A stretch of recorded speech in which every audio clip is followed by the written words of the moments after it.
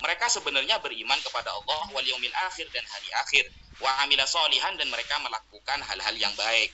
Cuma karena faham mereka berbeda, cara penyembahannya dan akidahnya melenceng dari hal-hal yang diajarkan oleh Rasulullah dan melenceng dari ajaran Allah sendiri, agama yang dibawa oleh Allah melalui para nabinya, sehingga mereka disebut sesat dan menyesatkan, dan mereka dikatakan orang-orang yang kafir.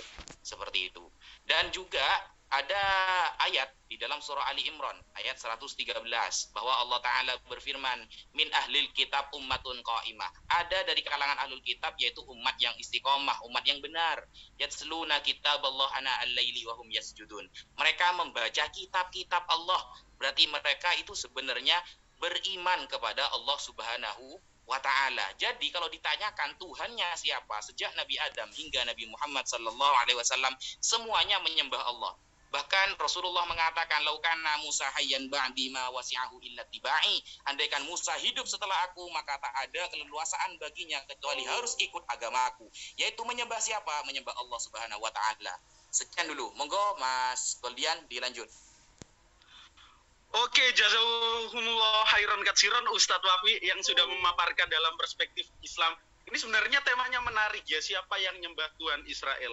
Sekali lagi saya katakan dan tegaskan, Islam itu bukan hanya nyembah Tuhan Israel aja, tetapi yang disembah oleh umat Islam, yakni Allah, Tuhan seluruh alam semesta ini, seluruh jagat raya ini, Tuhannya seluruh umat manusia, bukan hanya Tuhan umat Israel saja. Nah, tetapi yang menarik dari Tritunggal atau kekristenan, yang dimana sifat-sifat atau esensi daripada Tuhan Bapa yang ada di Perjanjian Baru, lalu ketika yang ada di Perjanjian Lama, lalu Perjanjian Baru datang, sifat-sifatnya itu berubah. Contohnya di dalam Perjanjian Lama, Tuhan itu bukan manusia. Di dalam Perjanjian Lama, Tuhan itu berbeda dengan makhluknya. Dan itu linear dengan sifat-sifat Allah yang ada di Al-Quran. Tiba-tiba Perjanjian Baru datang, antah berantah penulisnya itu siapa. Sangat aneh sifatnya. Contoh, di dalam Yohanes 3 ayat 16 itu Tuhan Bapa YHWH ya mengaruniakan anaknya. Setelah mengaruniakan anaknya melalui firman-Nya yang menjadi manusia, konon ini ya menurut kepercayaan Tritunggal, Yohanes 1 ayat 14. Lalu Tuhan yang manusia itu atau Tuhan anak itu dibunuh dan disembelih. Dalilnya ada di dalam 1 Korintus 5 ayat 7. Lalu digantung nih Tuhan anak nih dan disalib. Dalilnya ada di dalam Kisah Para Rasul 10 ayat 39. Hingga Tuhan mati. Nah, ini yang menjadi catatan. Tuhan Israel katanya ya, yang kalian klaim, itu mati dan terkutuk. Nah, terkutuk pula Galatia 3 ayat 13.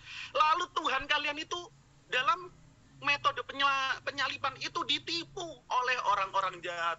Tuhan kalian yang kalian anggap sebagai Tuhan Israel itu kena tipu oleh ciptaannya. Itu dalilnya ada dalam Matius 26 ayat 4. Nah, yang menjadi persoalan dasar, kok bisa setelah Perjanjian Baru datang, sifat-sifat Tuhan kalian itu berbeda? Mungkin bisa disambung oleh Bang Kores. Maaf. Afwan, baru connect lagi nih. Ya, thank you. Oke, terima kasih. Terima kasih para Ikhwan Fillah.